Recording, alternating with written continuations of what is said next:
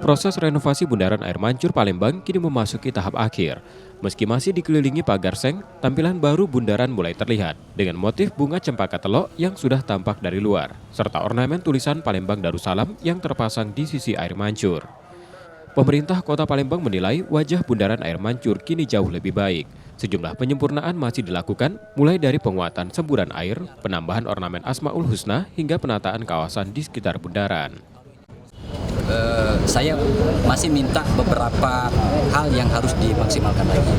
Contoh, saya minta memang harus clear. Air mancur memang sudah bagus. Kemarin saya masih belum begitu puas kaitan dengan moncornya air. Saya minta diperkuat lagi karena itu tergantung musiknya. Terus yang kedua, kemarin saya juga minta sesuai dengan desain awal ada Asmaul Husna yang keliling malam-malam, termasuk penataan cahaya. Saya minta cahayanya juga jangan terlalu norak. Memang pencerahannya lebih memberikan nuansa tersendiri. Termasuk lingkungan yang di sekitarnya saya minta dicat rapi. Penataan dan penyempurnaan renovasi Bundaran Air Mancur Palembang ditarget rampung pertengahan 2026. Kawasan ini diharapkan menjadi daya tarik baru pengunjung kota. Nur Muhammad, Kompas TV, Palembang, Sumatera Selatan.